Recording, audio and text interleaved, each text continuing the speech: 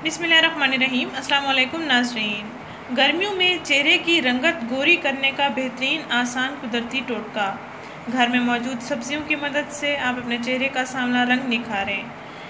किसी किस्म का कोई साइड इफ़ेक्ट नहीं होगा, जितनी चाहें आप रंगत निखार सकते हैं।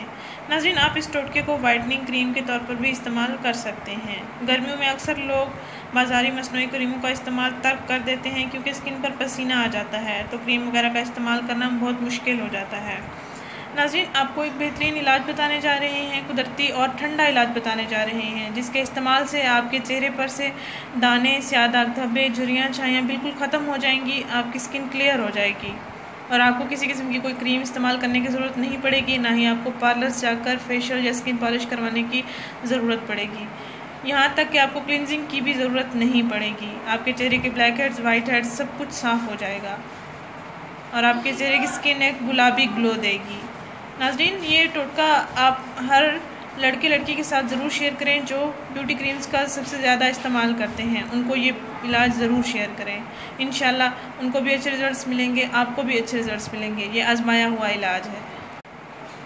गर्मियों के लिए ये ख़ास टोटका है। ईद से पहले पहले अपनी रंगत निखारें। नाज़रीन, आपने करना ये है कि एक अदद टमाटर ले लें, टमाटर का जूस निकाल लें एक प्याली में, और फिर उस जूस में आप एक लेमन जूस मिला लें। टमाटर का जूस और लेमन जूस को अच्छी तरह से एक प्याली में मिला लें।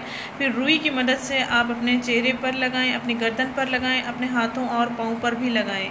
5 मिनट तक आप इसका हल्का हल्का मसाज करते रहें, चेहरे पर भी, गर्दन पर भी, हाथों और पाँव पर भी। अगर आपके किसी भी आप इसको जिस्म के किसी भी काले हिस्से पर इसका इस्तेमाल कर सकते हैं। मैल साफ़ सुथरी हो जाएगी और आपकी स्किन एक खूबसूरत ग्लो देगी।